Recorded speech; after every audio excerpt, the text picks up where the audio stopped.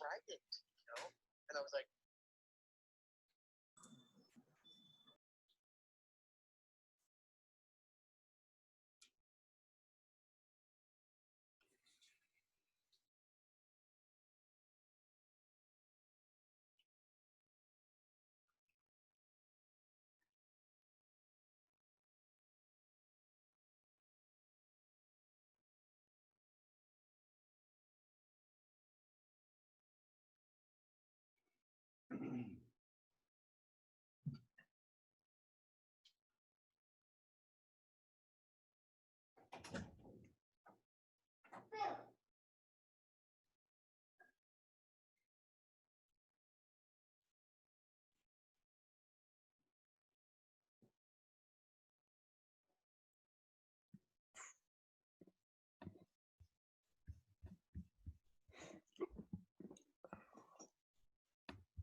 where are you, Elise?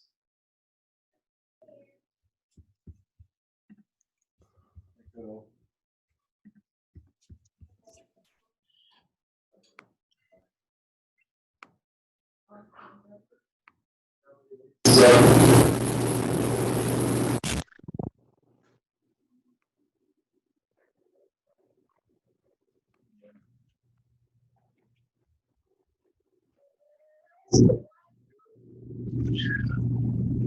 Sorry, Mom. I don't know what's going on with you guys.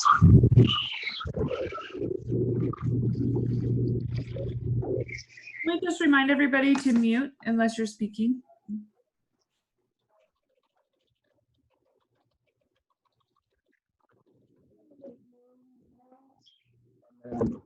So keep it down out there.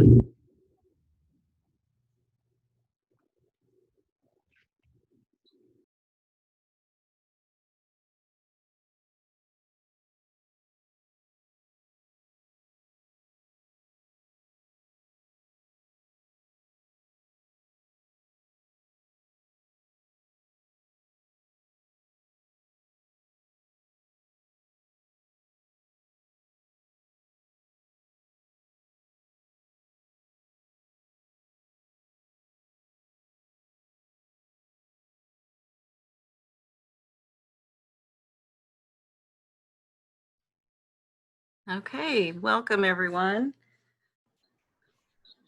Looks like we've pretty much got everybody on the line, except I do not see Kim Carson. Maybe she'll join us shortly. Go ahead and get started. All right, well, welcome to the June 2nd virtual JTAB meeting. My name is Kim Feldstead. I am the Park City Transit Manager. And just want to welcome everybody, and we will go ahead and get the roll call started. Cindy, if you would, please. Okay, I am showing from Summit County. We have Councilman Chris Robinson on the phone. Park City Council, we have Councilman Tim Henney and Steve Joyce.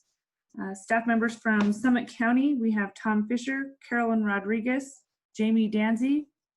Park City staff, we have Matt Diaz, Sarah Pierce, Margaret Plain, Kim Fjellstead, Vinnie Nguyen, Brian Beckstred, Scott Birmingham, Robbie Smoot, Andrew Stevenson, Jerry Benson, and myself, Cindy Stockley.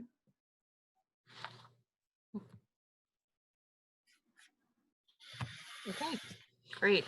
Thanks, Cindy. To date, I have not received any public comment in writing and email. So is there anyone from the public who would like to address the JTAB board today? I don't see that we have any public attendees.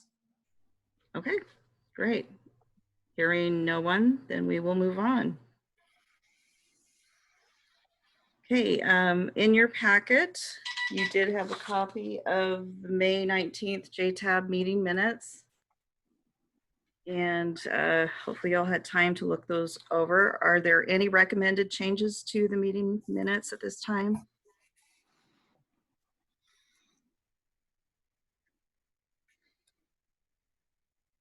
Okay, hearing none.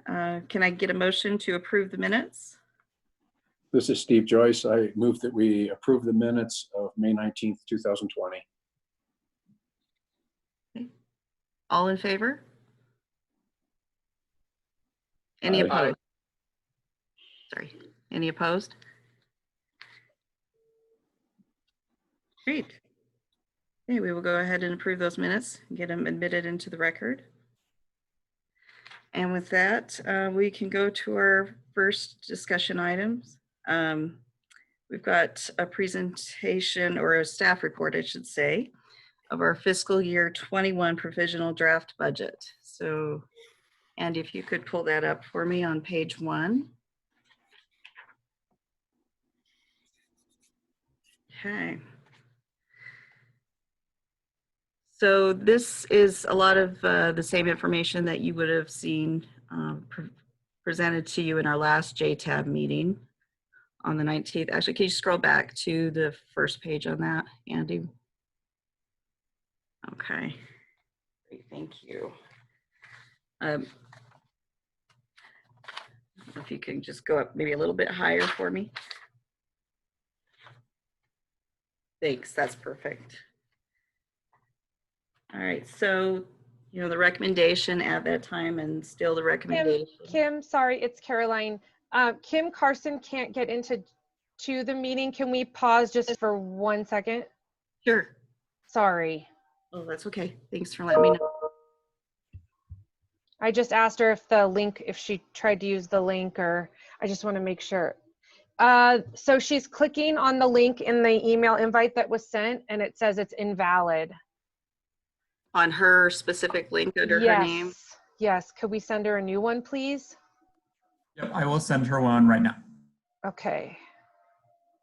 I'm unable to start my video as well. It says the host is blocking it, which may be intentional and just as well, but That's just you, Chris. That's a subtle message there. So I understand such subtlety.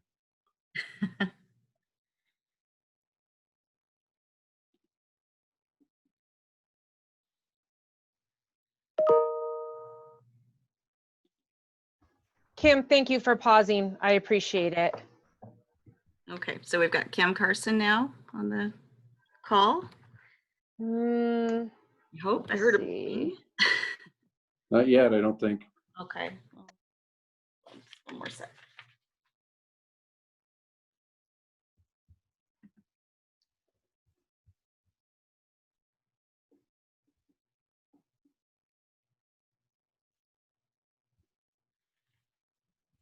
I just emailed her a new link. Okay. Do you guys want us to unblock the video? I didn't realize you could actually do that. I think it would be helpful. Andrew, can you? Yeah, I'm trying to figure out, nothing was changed in the settings, so let me go in and see why video was blocked. I can't see any of you. All I see is a Adobe screen with the report on it. Be careful what you wish for there, Chris. I know. Okay, you should be able to start video now. Sorry, I don't know how the settings changed. For what it's worth, there was a major update to Zoom that they changed lots of features, supposedly in the name of security, but also giving you more control. So that may have been it. Gotcha. Yeah, and this I had just scheduled recurring, so maybe settings changed without me knowing. Thanks. There, that looks better. Although I still can't see Mr. Henny or Kim. Kim doesn't have a camera. I see that. At least Feldstead anyways. What are you talking? I think I look pretty good there. Your name is spelled correctly, as far as I know.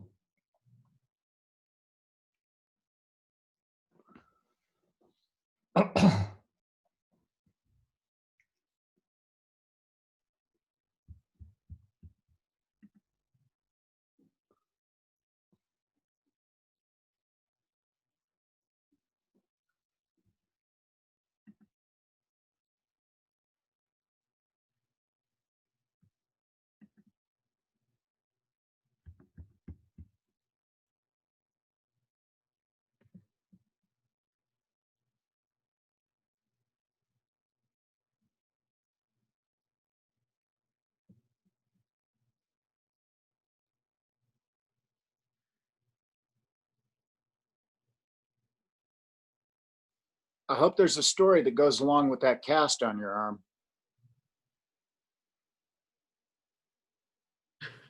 There's always a story, Mr. Henney. You know, what I've learned is when it comes to a bike rider and a steel inanimate object, the inanimate object wins. All right, what happened? Entertain us. Oh, I was riding with a buddy going north on the frontage road on US 40 south of Home Depot, and we turned into go under the wildlife underpass there on US 40 to get over to the Round Valley, one of road bikes, and the sun was in my eyes, and I knew there's a nice paved trail there, but I didn't remember that, we've necked it down with these steel gates on either side so a vehicle can't go through. And anyway, I plowed into the right-hand side gate, and there was an aluminum sign on it that cut 3 tendons in my forearm right here. The extensor ones that operate, the up and down motion in your wrist, and then the brevis one that runs your thumb. So I had to have the Rosenberg Cooley Metcalf shop do a little repair work, and I'm in week 3 post-surgery. Well, up until the cut tendons, I was thinking of some heckling I could do about you running your dually bike into a gate, but I think I'll leave that alone since it was a little more serious than it sounded like it might have been. I'm glad to hear they were able to address the issue and get you back with just a cast, and I see you're moving your finger, so all signs are looking good. Yeah, the challenge has been, I'm like a concert pianist when it comes to needing my fingers to type. And so the southpaw single-handed typing has much to be desired. I'm much more cryptic and succinct in communication. Yeah, well, once you develop that ambidextrous skill, you'll have everything conquered. So I will say, as we pause apparently for someone, that I have developed the ability to fly fish left-handed, which has been one of the few bright spots. I even got a rise out of Sarah Pierce. She's a My dad smile. would be happy to know that your fly fishing hasn't suffered. Not at all. It's funny. It's like riding a bike. Once you just switch hands, but you've got the rhythm. you sure you want to use the riding a bike analogy? Probably not that good, but So Kim is on now. Oh, good. Can you hear us, Kim? I think we're concerned she might be showing up as an attendee and not a panelist, so I don't know that she can speak. I promoted They her switched to a me panelist. to a panelist. All right. I mean, yeah, and I've been monitoring for probably the last, Okay, 5-10 minutes. great. Thank you. Sorry for the delay there. Okay, No so problem. we were on our discussion item about the provisional draft budget for fiscal year 21. As you recall, last JTAB on May 19th, we presented kind of a high-level summary of recommended budget cuts due to our estimated 5.4 million revenue shortfall that we're anticipating because of COVID. And we're still estimating the same 5.4 million shortfall and still have the same recommendation as far as budget, where we want to take 1.2 in operations reductions to help meet that shortfall, 2.7 in capital deferments, and I'll discuss that later on in the staff report here, and 1.5 credit in CARES funds formulas money that we were assuming to make up for the total 5.4. So if you look at the bottom table on the first page of the staff report here, that just is a quick summary reminder of where the monies were coming for to get to the 5.4.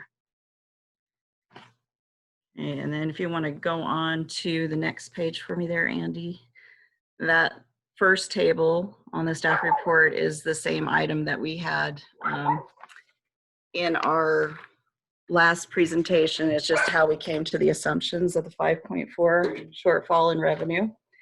So nothing has changed there. and just some strategies for how we're going to achieve the operational savings that we need to get to the 1.2. If you scroll down a little bit further there, Andy, the staff report, we're kind of breaking the savings into two categories.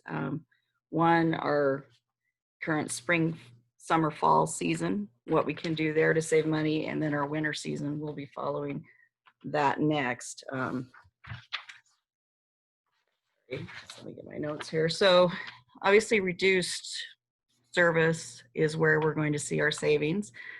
Now, back in a prior JTAB in April, we talked about how we wanted to retain 20 additional headcount, even though technically right now with the reduced service, we could get by without them.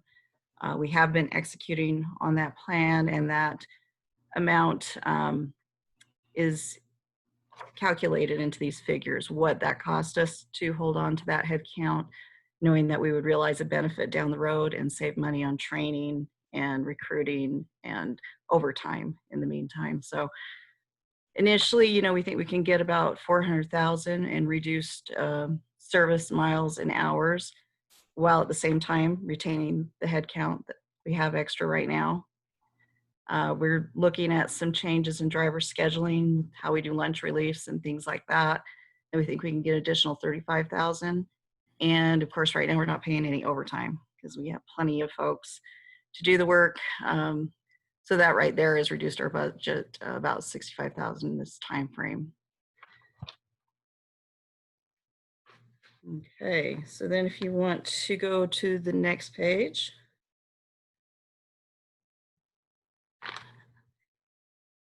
Okay, that chart there of operating expenses and personnel, that was also presented in the prior JTAB, and that is just where the categories of budget cuts would take place in the operations budget to get us to the 1.2 million in savings that we need from operations specifically.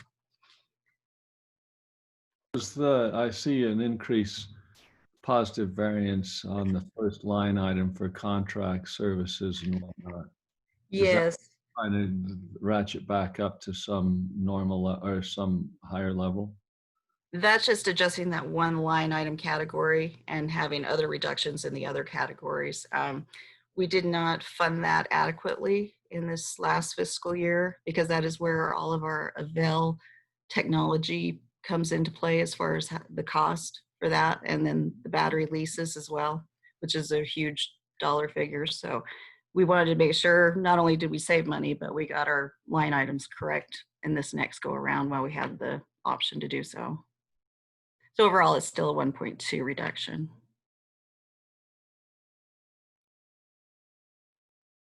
Does that answer your question, Chris? Yes, thank you. Okay, great. And then if you want to just scroll down a little further there. We had kind of a helpful, oh, sorry, maybe scroll up. I'm sorry, I missed the second reductions. Overall, we're trying to save the most amount of money in service because that's just how it works in an operations budget. It's a head count thing at the end of the day, so it's a very delicate balance. But between the two tables that you see where we're splitting out the savings in the spring, summer, fall, and then the winter seasons, it's basically the same philosophy of reduced service, although we're not anticipating we can have as much reduced service in the winter. There will be some uptick, we're hoping, in the winter service hours. And we still want to go on with the efficiencies in the scheduling, but look more to peak service in the winter because that is where we could really realize some savings with people kind of coming and going to the ski resorts versus running the same amount of service all day. We would just add service where we're seeing the majority of our ridership, and that's where you can get a lot of savings for that kind of planning. And then, of course, reducing winter overtime as well. We anticipate we will not have as difficult of a time staffing up. We will not need 160 operators in this next season. So, and then unemployment, the way it is right now, it shouldn't be like it's been for the last few years. So are there any questions about the service reductions or the line item budgets that are presented here at the top of this page? I had one clarifying question, Kim. Going back up to page 11, at the top. I know you've gone over this before, but I just would like you to detail out the different, the first line transit sales tax, and then the regional transit revenue, and then other funding sources. If we could just detail out what those are at a high level. Right. And actually, I think Jerry Benson explains this best. I don't know, Jerry, if you mind kicking in and giving a high level summary of those different taxes. Okay, I'll take a shot at it. So the first row is transit sales tax. That is the initial tax that the parties have had in place for a long time. And you can see on the sales tax items, basically they're projecting somewhere around 37 to 38% reduction in sales, and as a result, reduction in sales tax receipts. The next one is the special resort tax coming into Park City. That's expected to be down by about $1.1 million, again, 36%. Business licenses collected by the city that are applied to transit, down about $140,000. The federal grants, this one varies from year to year as the city is projecting project-related or construction-related grants. So there was an amount expected for 21 from federal grants that included the normal operating, which typically is around $2 million a year, plus another $5.5 million. And so we're expecting to get all of that federal funding, going forward. And it's a little different environment, and Kim's going to talk in some more detail about CARES Act funding. But we don't see that we're going to, lose on the federal grant side.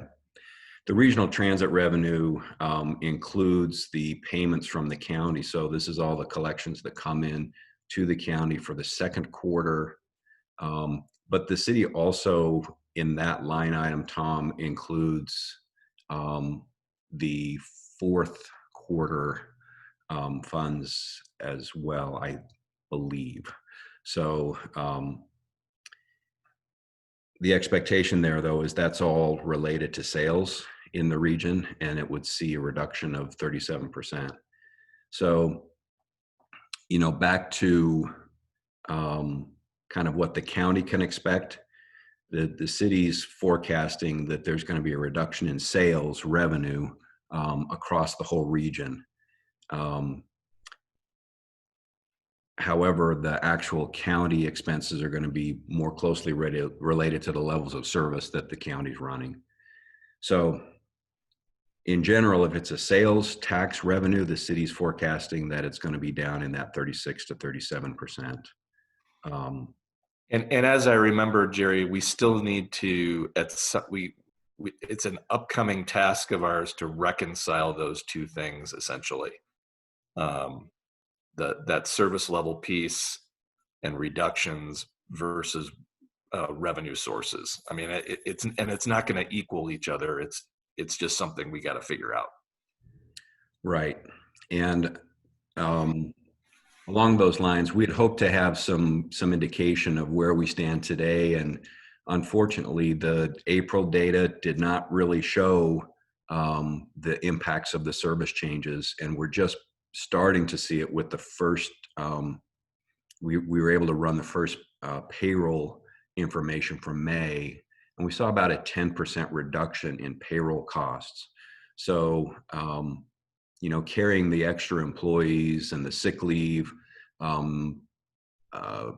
regulations related to COVID really clouded the labor savings. And now, starting with the May data, we are starting to see some of those savings. So we can share that with you as we are able to get more detail on the actual impacts of the service on costs.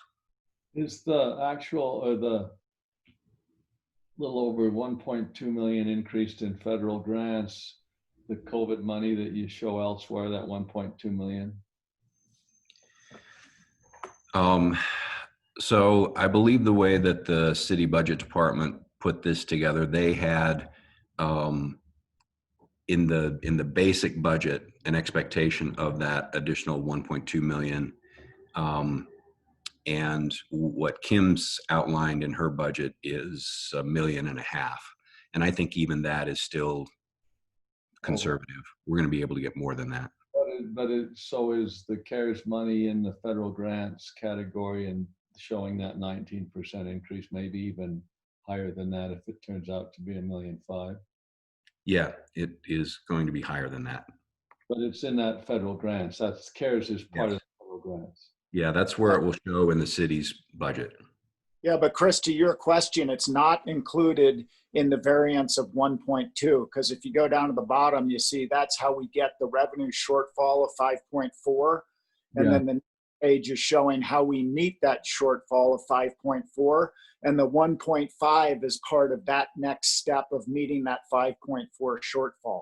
So there's two different federal grants. This one's in the basic budget that gives us the shortfall. The CARES that we expect to receive is 1.5. Jerry thinks that we're conservative. It could be more than that, but that's part of meeting the 5.4. So that's not included in this chart.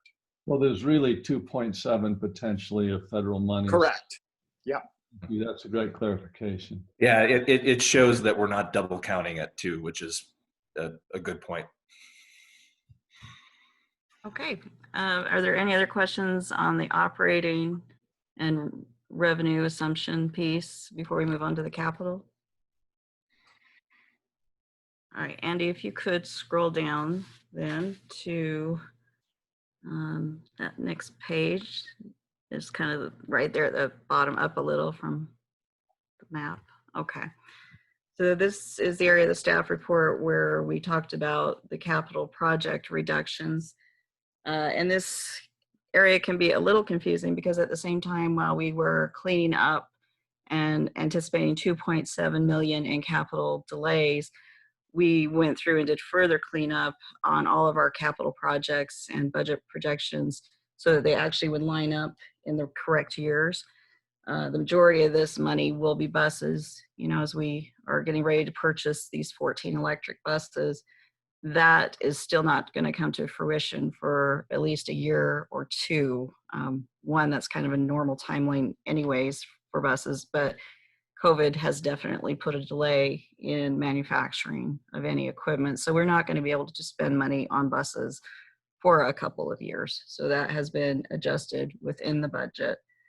So basically the moving around of those funds, they took an additional 6.2 million in fiscal year 20 of the 2.7 that was discussed to get to 8.9 million in movement. And then they have a additional 1.9 that they're moving out further in fiscal year 21 to just kind of get the budgets right and realize that there's some money that we do not need to come up with in local match and so forth at this time because we would not be expending that.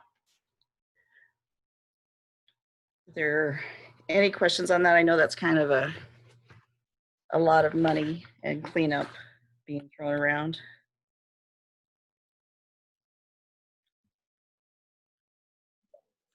Okay. This is Steve. Were you going to talk a little bit more about the CARES piece, or Jerry, anybody? I just, what happens if we get zero? Do you kind of have something in mind of how you would respond if all of a sudden things don't go the way they plan? Yeah, it would mean we'd have to do further reductions and we would probably have to reduce headcount if that was the case. It's definitely something that we're monitoring daily.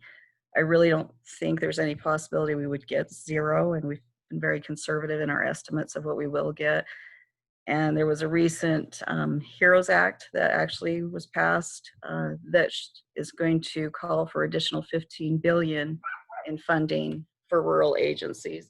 Not sure how that would be divided and what we could get there, but we're not even assuming any of that revenue in our projections at this time. Okay, thank you. And Steve, this is Matt. I'll weigh in. Done a lot of work. Sarah, myself, Jerry, Kim, Jim Barker, Ryan Levitt. I do feel that we're being very conservative here. We want to make a good estimate, but we're trying to be conservative. And I think had it not been for me, quite frankly, that estimate might have been larger. But I'd rather have more money come in and have us have greater flexibility down the line. We can augment and we can be flexible in 2 months and 3 months, probably right before the winter season. If we have a better indication, we could float some more money into the system to provide an elevated level of service. But I have intentionally restrained this number, even from where Jim Barker thinks we're going to end up, and probably Jerry thinks we're going to end up. And so I got to own that, quite frankly. I've tried to be very conservative here. Good, thank you. I've got a general question, and I'm not exactly sure how to answer it or ask it. So maybe tell me if it doesn't make sense. From the standpoint of the CARES Act money, when we actually get to allocating it to service, how is it going to be allocated across service? The reason I ask the question is in regards to our revenue sources, since they come from such varied places. To that, this is Brian Beckstrand, Grants and Contracts Administrator. So the CARES Act initially is going to be emergency response money, and they're converting our 5311 money that they've already awarded to us to emergency response. That money is for anything COVID-19 related. I've asked them to give me kind of some guidelines on how we apply for it, but they haven't given me any yet. But as far as I understand, it needs to be COVID-19 related. And then the CARES Act funding that comes through is just for operations and administration. And they're just giving us an entire 6 months of operations and administration altogether. So that's how it should be distributed, is through how we used to do the operations. Does that make sense? So pretty much distributed throughout the system. Correct. Yep. Yeah, and the process of accounting for that, Tom, is the city just has to show that it has operating expenses equal to or exceeding the amount of the grant. And it can be everything, wages, fuel, and because of COVID, extra sick leave, even pay for people who are being reassigned so that we can keep them employed. And Jerry and Brian, what you just described, that does that apply to the operating funds that you've requested to convert, or just to the additional funding? It applies to all of them. And I'm not sure if Brian shared, there's a minor change from what we had talked to you about before. Initially, we thought that the federal fiscal year 17, 18, and 19 funds could be converted to emergency relief and wouldn't require a local match. They're now asking us to close out fiscal year 17 under the normal program. I think there was about 700,000 left over in that. So it's the fiscal year 18 and 19, all of that would be converted to emergency relief. And so what we've been talking about would apply to all of that. So could we just put a placeholder in that to discuss during our staff operating grants meeting? Because if you recall that there was something about that I wanted to discuss further. Please. I think that's a great idea. It's something that the city and the county really do need to have a clear understanding on. Thank you. It's different. And that just so folks know, that's what I'm hearing from the federal level too, is that with the existing allocations of these grant award amounts, that money is already in the system and already in the pipeline. And there may be a preference on part of the feds to just put that money into the hopper first for emergency assistance and then come back and restore it through later grant processes. So just to say that again, there's already money in the system. It's already been allocated and awarded, whether it's operating or capital. The preference of the feds for emergency, CARES Act, and COVID, maybe just take that money quickly and deploy it with your state organizations, and then we'll come in and reimburse you later through actual CARES Act funding. I don't know if that's the fact, but I've heard through Jim Barker and Ryan Levitt that may be the preference, because a lot of that money is already in the states and is waiting to be allocated, and so just use that first. That may be the case. We'll keep you posted, but it will take a great deal of work with Caroline and Tom and myself and Jerry and Kim, in terms of making sure that we identify for JTAB members and the public, what money was awarded initially for operating assistance. Now it's being said it can be used for COVID relief funding, how that will be reimbursed. We'll have to eventually come to JTAB and share that when we have more information. Well, and these FTA programs are complicated enough already. This is going to be even, we'll call this the hope and faith method. It'll take a lot of collaboration, that's for sure.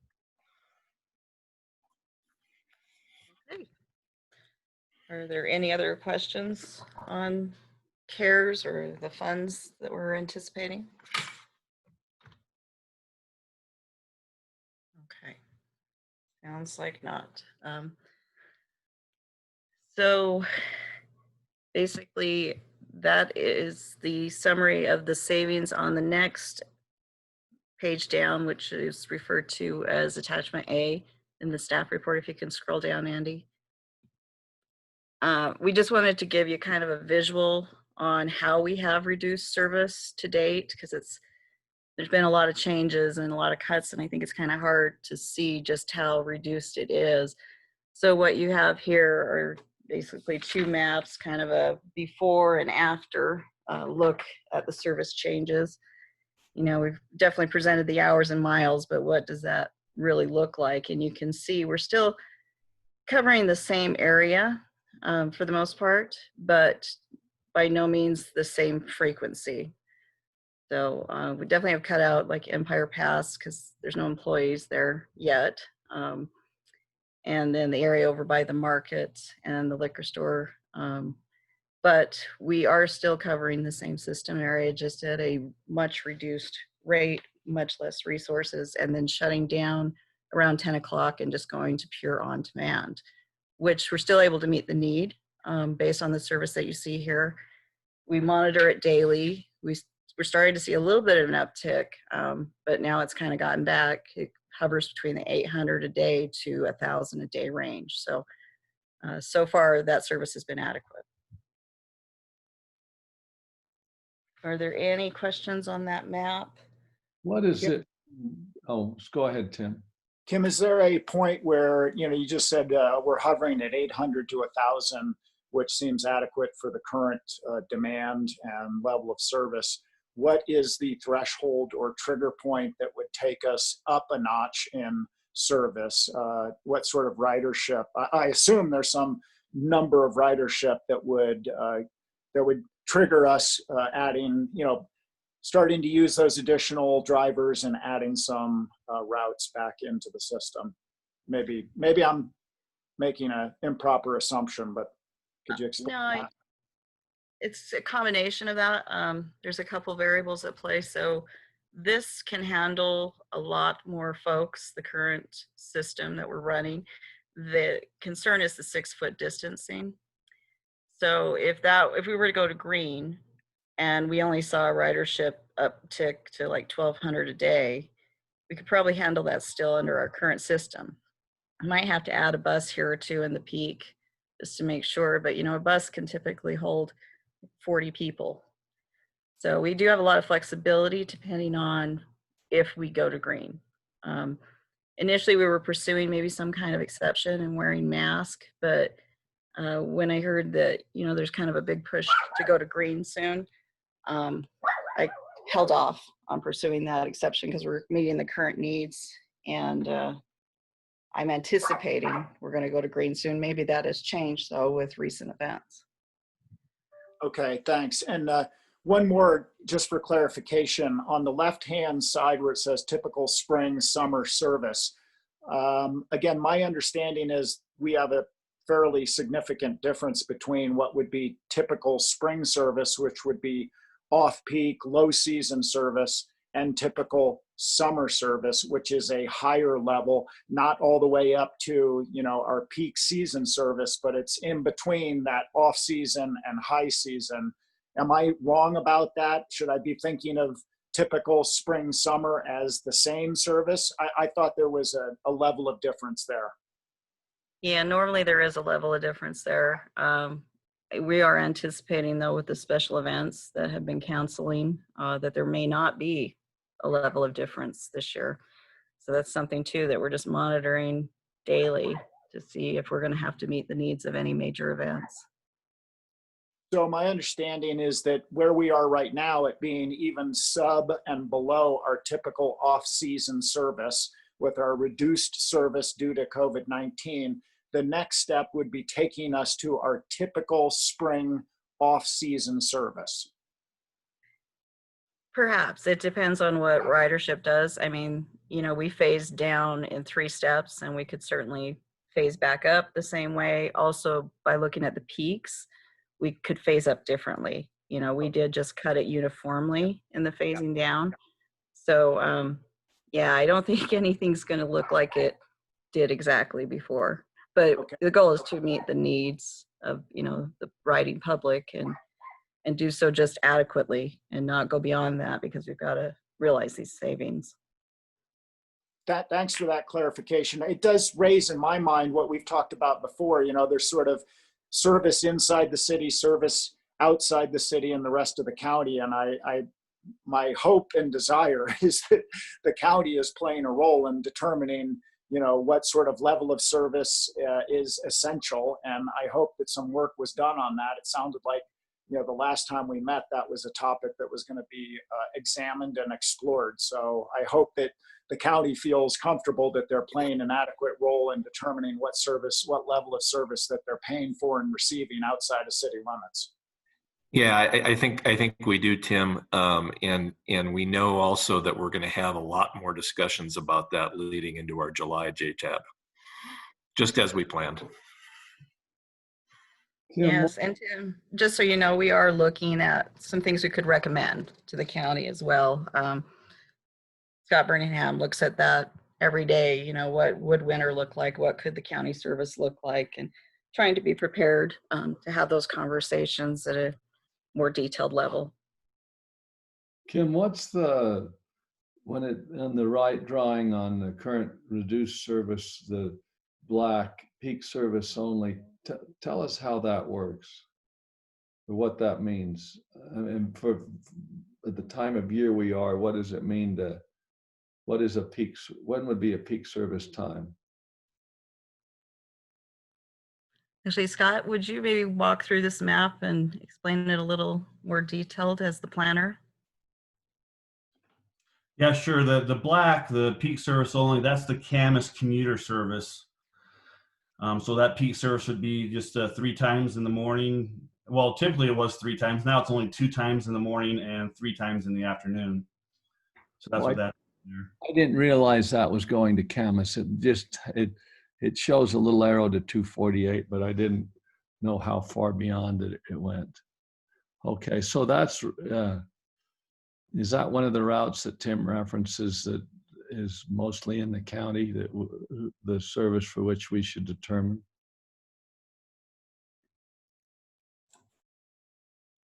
Yes, yeah, that'd be one of them. Yeah. Are there any other questions on the map that Scott could elaborate on?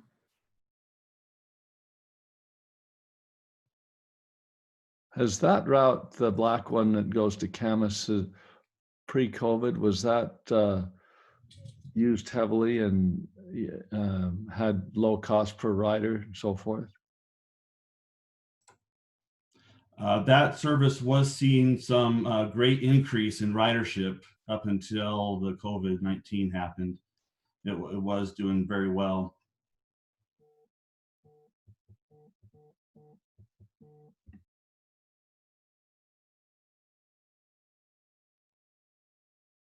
Okay.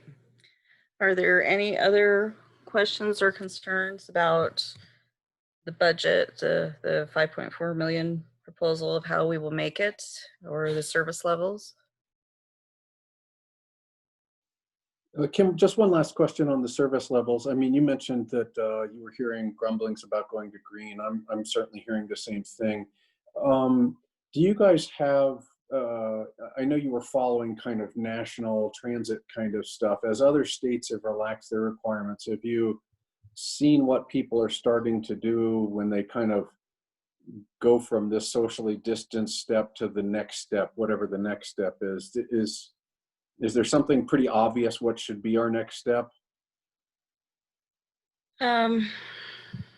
Well, you know, I guess it depends where you sit on that issue. I heard that Cache Valley Transit just today did away with their requirement that passengers wear masks because they weren't doing a 6-foot distancing of their passengers. So that, you know, I'll be honest, it's somewhere finding a balance between what the health department is requiring, maybe what's recommended. And it is hard for me to see that things are loosening up when the cases are going up. So that's why I guess I'm a little bit of limbo of knowing what to expect. You know, if it goes to green and people don't have to be 6 feet away from each other, would we still just want to institute a policy of them wearing masks? You know, there's a lot of decisions that would need to be made, and it would be difficult to do something like that if the rest of the state is not requiring it. So. Yeah, I think that's just having listened to the health department. I think we're really trying to not invent our own. I mean, we've got county counselors on here and everything who can talk more, or Tom Fisher, but it sounds like we're trying to remain very consistent with whatever the state guidelines are as they change from day to day and week to week. Yes, that's exactly right. But that even makes it even tougher because of what you just said, Steve, it's been such a dynamic environment. So just that is the reason why we're rolling with the state, because trying to do it ourselves, we can't keep up with it. And does I don't remember seeing that the state had specific guidelines about transit. Did I miss that, or do they talk about what buses have to do and that kind of thing? There is zero mention in the phase guidelines of public transportation. Oh, well, that's helpful. Thank you. The county health order did provide guidance for transit that we appreciated. And as Kim says, we're in this very undefined place right now where it's been shown that being on a bus for a period of time with other people is potentially a exposure risk. And the general guidelines are either maintain social distancing, and if you can't, wear a mask. But what we're seeing in the transit industry is that those are causing conflicts among passengers and conflicts with the transit agency. And so we're hopeful that we can get some more consistent guidelines that we can all follow, so we're not just having to institute a city ordinance or a policy and then create conflicts with our riders. Yeah, and we're also putting if we went to those steps, we'd be putting the bus drivers in a really terrible position. Right. Okay, it sounds like there's no clear answer yet, and I'll just keep watching. Thank you.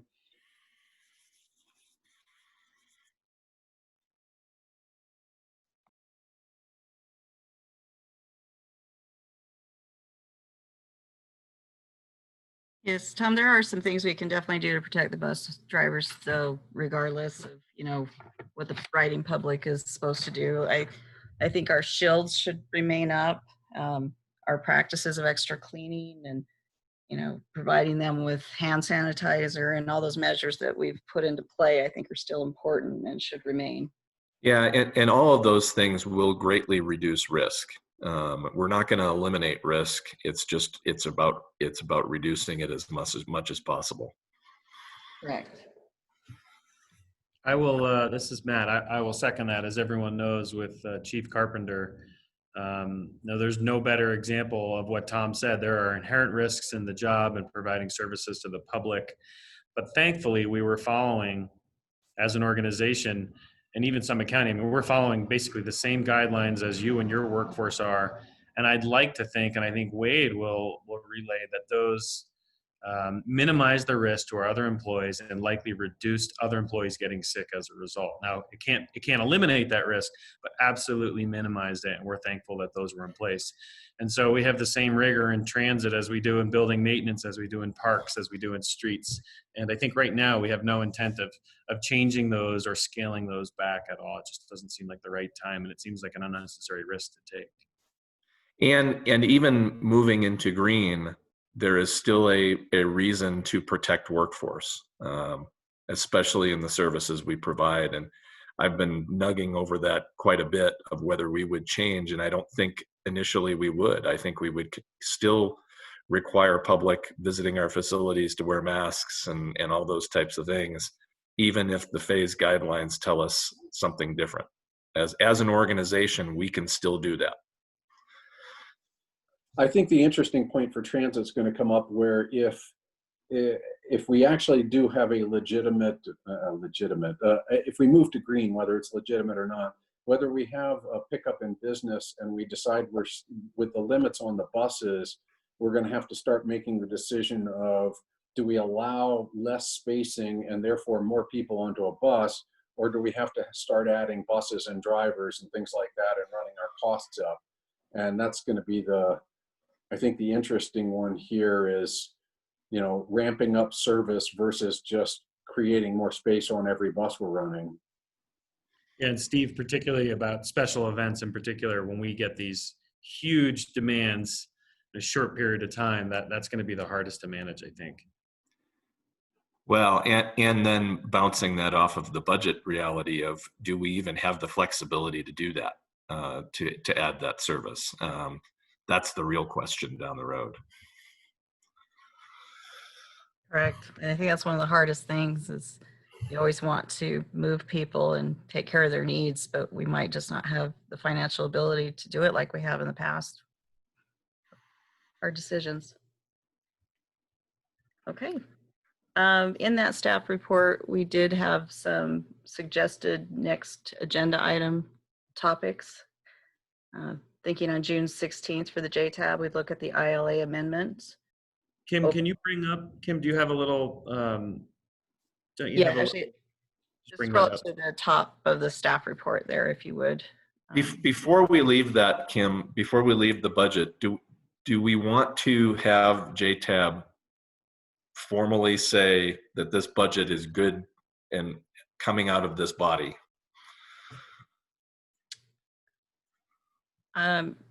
Yeah, I guess I would ask. Essentially making a recommendation to the city council. Correct. What the recommendation is.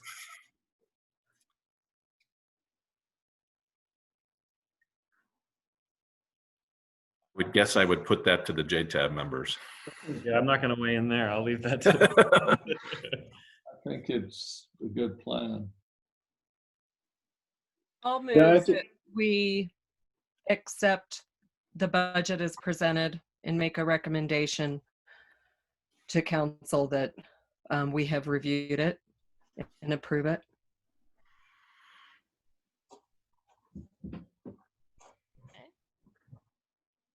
Any seconds on that? Second. Great. Okay, thank you. Move forward. We need to vote. Aye. Aye. Aye.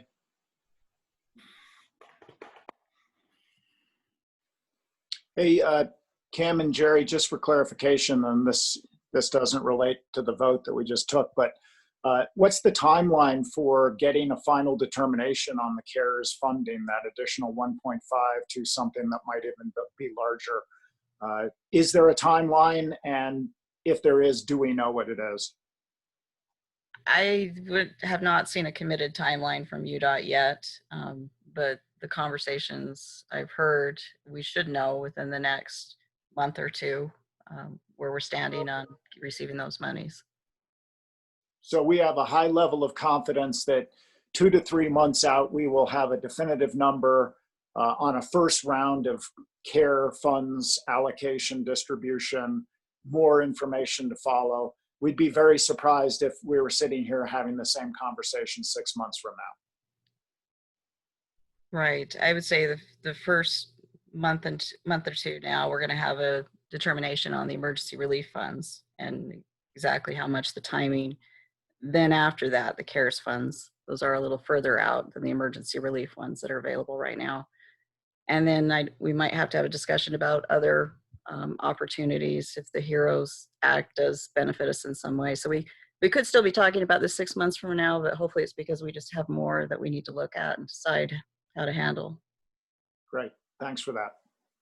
I think, our discussions with UDOT, they clearly have access to the, as Matt said, the funds that are currently in the pipeline. So there's not a wait to secure that from the feds. And I think for UDOT, it's just, they have a small rural transit staff and a lot of very different transit operators in the state. And it's just making sure they have a consistent process for collecting the data they need to show that there are operating expenses to apply against these. We know that other transit agencies in the country have received CARES Act funding already. So we don't see that there's really a hiccup in this process. It's probably just UDOT being able to process through this with all of their rural operators.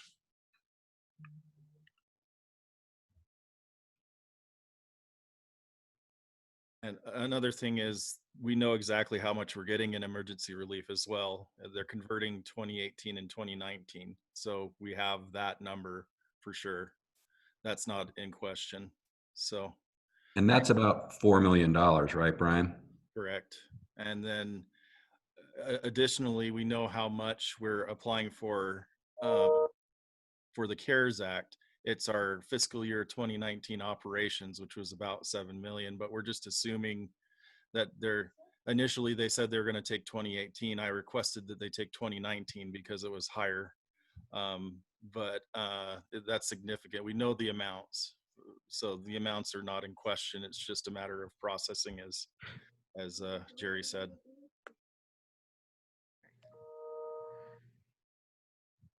Okay. All right, then are we good to go on to the next agenda items for JTAB meetings coming up? Okay. So yeah, in the staff report there's some recommended topics. On the 16th, we'll talk about the ILA amendment, open federal grants and capital projects, and kind of work towards some recommendations on capital projects for JTAB to weigh in on. I don't know if there's any additional items anyone would like to explore in the future meetings, but that's where we're headed for the 16th. How about if we do a quick COVID update, since that question came up and it's ever changing? In regards to what we're doing for operations, or? Well, we can give an update as far as, what we're hearing and events scheduled that we may need to consider, and any possibilities of a different level of service, or, it may be very brief, or. Okay, that'd be great. Sounds like a good idea for the next 6 months at least, just to have a standing item where we can cover any and all applicable, whether it's grant related, CARES Act funding, operational decisions or constraints. I think that's a good standing item. Well, plus we could be on to the 4.11 version of the guidelines by that time. No, that's a good idea.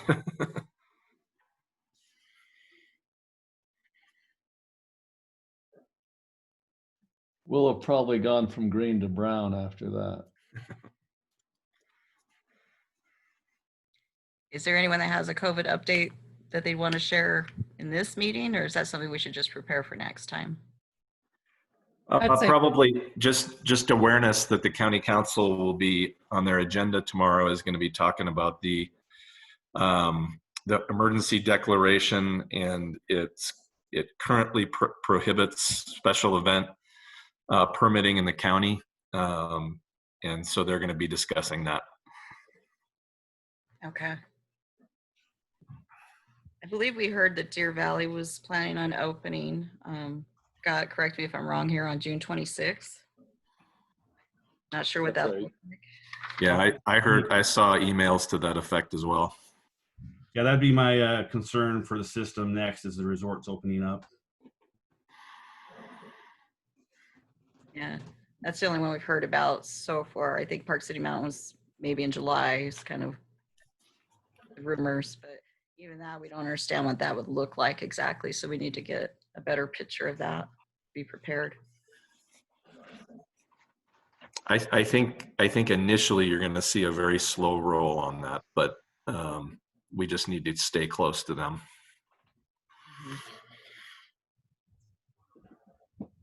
Okay. Are there any other agenda items that we know at this time, or does it look like we have a good topic to talk about on the 16th? Adding the COVID update, of course. I think we're good. Okay, great. All right. Well, then we know our next meeting will be the 16th, and we'll get the packet out ahead of time, and appreciate everyone's participation. I guess at this time, is there a motion to adjourn the meeting? So moved. Okay. Second. There you go. Hey, Kim and Jerry and staff, if I am not muted. I just really appreciate all the budget work done this year. This has been the most transparent year that we've had on transit budget, leading into your budget, and I really appreciate it. Thank you. Okay. Everybody. Ditto. Take care. Bye. Stay healthy. All right. See y'all. Everyone, take care. Bye. Thanks.